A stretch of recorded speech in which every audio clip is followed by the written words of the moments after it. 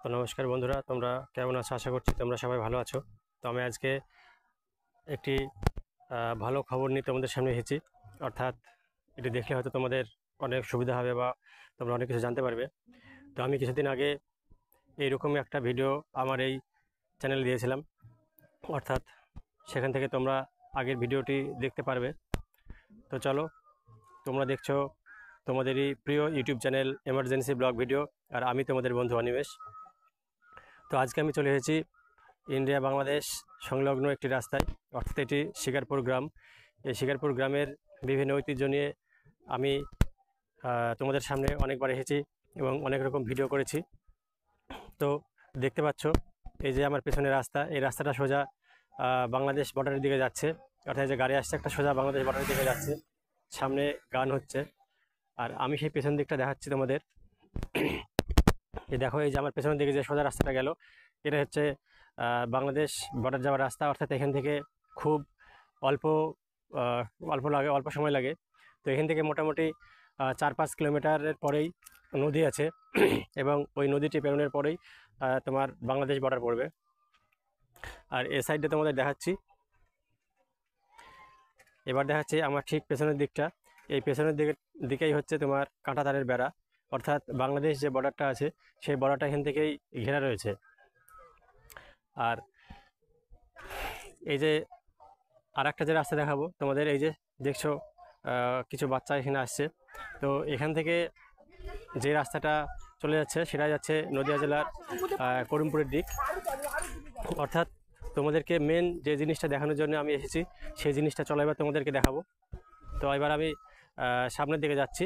তো চলো তোমাদের এবার আমি যে জিনিসটার জন্য এই ভিডিওটা করছি, সেই অনেকক্ষণ ধরে তোমরা বসে আছো যে সেই জিনিসটা কি, তার জন্য ভিডিওটা দেখছো। তো চলো তোমাদের এবার সেই জিনিসটা দেখাবো, তোমরা দেখতে থাকো। তো সেই জিনিসটার জায়গায় এবার আমরা চলে এসেছি। তো চলো দেখাচ্ছি। তো এই যে দেখতে পাচ্ছ রাস্তা, দেখছো রাস্তা ঠিক এখানে দেখো দাগ দেওয়া আছে, দেখছো একটা রেড এবং একটা হোয়াইট এবং একটা ইয়েলো, 3টে কালার দেওয়া আছে। এবং এই কালারগুলো তোমার রেল লাইনের সঙ্গে যুক্ত। অর্থাৎ রেলের যে সার্ভে চলছে আমাদের করিমপুর কৃষ্ণনগর রেলের যে সার্ভে চলছে সেই সার্ভে অনুযায়ী এখানে দাগ দেওয়া হয়েছে। অর্থাৎ এই দিকে তীর দেওয়া আছে, অর্থাৎ এদিক থেকে হয়তো স্টেশনটা আসবে, অর্থাৎ রেল লাইনটা হয়তো এই দিক দিয়েই আনা হবে। তো সেই হিসাবেই এখানে দাগ দেওয়া হয়েছে। এবং এখানে তোমার লোগো লাগানো হয়েছে, সেই লোগোটা তোমাদের এবার আমি দেখাবো। তো চলো এবার তোমাদের সেই লোগোর কাছে নিয়ে যাই। অর্থাৎ যে রেল লাইনের কথা আমাদের এখানে বলা হয়েছিল, অর্থাৎ নদিয়া জেলার নদিয়ার যে করিমপুর, সেখানে যে কৃষ্ণনগর করিমপুর রেল যোগাযোগ হচ্ছে, তার সাথে সাথে বাংলাদেশের সঙ্গে হয়তো রেলের যোগাযোগ হবে। কারণ আমরা দেখেছি যে কলকাতা থেকে মৈত্রী এক্সপ্রেস বাংলাদেশ যায়, তাতে বাংলাদেশের মানুষজনের অনেক সুবিধা হয় এবং ইন্ডিয়ারও অনেক সুবিধা হয়। তো চলো তোমাদেরকে দেখাচ্ছি সেই লোগোটা। এই যে দেখো, এরকমই একটা লোগো আমি তোমাদেরকে এর আগে দেখিয়েছিলাম। তো এই যে কিছু নোংরা হয়ে গেছে, আমি এটা পরিষ্কার করে তোমাদেরকে দেখানোর চেষ্টা করব। দেখো, এই যে দেখতে পাচ্ছ হোয়াইট এবং রেড, এই দুটো চিহ্ন করে দেওয়া হয়েছে, অর্থাৎ রেলের লোগো দেওয়া হয়েছে। এবং আরও একটি বিশেষ জিনিস দেখো, এখানে একটা নাট দেওয়া হয়েছে। দেখো, এই যে একটা নাট লাগানো হয়েছে, এই যে দেখতে পাচ্ছ একটা নাট লাগানো হয়েছে। অর্থাৎ এটা ইন্ডিয়া বাংলাদেশের একেবারে সংলগ্ন বর্ডার, শিকারপুর বর্ডার। এবং সেই বর্ডার এলাকাতেই দেখো রেল লাইনের সঙ্গে হয়তো ইন্ডিয়া বাংলাদেশকে যোগ করা হবে, সেই সূত্রেই হয়তো এখানে এই লোগোগুলো লাগানো হয়েছে। আর সেই হিসাবেই এখানে দেখো নাট লাগানো হয়েছে, এদিকে হোয়াইট, এদিকে রেড, এইদিকে হোয়াইট, আবার এদিকে রেড, আবার ওইদিকে দেখো সেই 3টে অ্যারো দেওয়া হয়েছে। এবার তোমাদেরকে সেই চিহ্নের জায়গাটা দেখাবো। চলো তোমাদের সেই চিহ্নের জায়গাটায় দেখাই। তো দেখো, এই জায়গায় দেখতে পাচ্ছ জিপিএস লেখা আছে, অর্থাৎ এখানে সার্ভে করা হয়েছে জিপিএস 43A, অর্থাৎ জিপিএস 43A করা হয়েছে। এর আগের দিন তোমাদেরকে আরেকটি ভিডিও আমি করিমপুর থেকে দেখিয়েছিলাম, যেখানে করিমপুর কৃষ্ণনগর লাইন তৈরি করার জন্য এরকমই একটা লেখা ছিল, সেখানে লেখা ছিল জিপিএস 38A। তো 38 নম্বর প্ল্যাটফর্ম ওখানে হওয়ার কথা ছিল। তো তবু দেখো এখানে 43A লেখা হয়েছে এবং জিপিএস দেওয়া হয়েছে, অর্থাৎ এখানে একটি কোড বসিয়ে দেওয়া হয়েছে।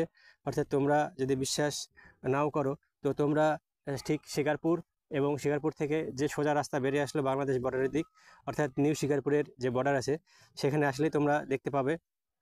অর্থাৎ তোমাদেরকে বলবো যে তোমরা আমার চ্যানেলে এখনও পর্যন্ত যারা সাবস্ক্রাইব করোনি এবং এখনও এই ভিডিওটায় লাইক দাওনি, শেয়ার করো, তাদেরকে বলবো যে তোমরা ভিডিওটাই লাইক করো, শেয়ার করো এবং চ্যানেলটিকে সাবস্ক্রাইব করে দাও, কারণ এরকম ভিডিও ইউটিউবে আমার আগে কেউ দিয়েছে বলে আমার জানা নেই।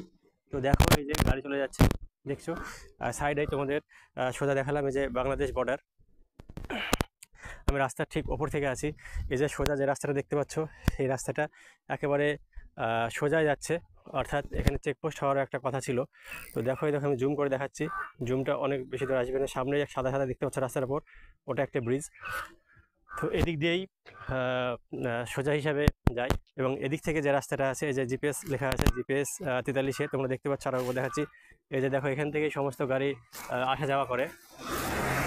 তো এটা দেখতে পেলে এটা হলো পোস্ট অফিসের একটি গাড়ি গেল। তো পোস্টের যে সমস্ত জিনিস সমস্ত এই রাস্তা দিয়েই যাওয়া আসা করে, অর্থাৎ এটাই সেই সোজা রাস্তা এবং শর্টকাট রাস্তা। এখান দিয়ে রেল লাইনটা হলেও কোনো সমস্যা হওয়ার কথা নয়। দেখো আমি দেখাচ্ছি সোজা রাস্তা, দেখেছো এই যে চারিদিকে মাঠ এবং মাঠের ওইদিকে হচ্ছে কাঁটাতারের বেড়া আছে, সে বেড়াগুলো হয়তো তোমাদের এখানে আনা সম্ভব নয়, তো তবুও দেখানোর চেষ্টা করছি। দেখো তো ছবিটা ভালো আসছে না। আর এদিক থেকে দেখো সোজা রাস্তা, সামনে সোজা, এখান থেকে পুরো রাস্তা সোজা, অর্থাৎ এখান থেকে মোটামুটি তোমার 8-10 কিলোমিটার রাস্তা সোজা হবে। তো ভিডিওটা যারা এতক্ষণ পর্যন্ত দেখলে তাদেরকে অসংখ্য অসংখ্য ধন্যবাদ জানাবো এবং যারা আমার এই চ্যানেলটিতে এখনও সাবস্ক্রাইব করোনি তাদেরকে বলবো তোমরা এখনই সাবস্ক্রাইব করে দাও। আগামী দিনে আরও ভালো ভিডিও নিয়ে তোমাদের সামনে আমি হাজির হচ্ছি, তোমাদের সেগুলোতে উপকৃত হবে এবং তোমরা সেখান থেকে অনেক কিছু জানতে পারবে। তো চলো বন্ধুরা, আজকে এই পর্যন্তই, পরবর্তী ভিডিওতে আবার তোমাদের সঙ্গে দেখা হচ্ছে। টাটা, ভালো থেকো।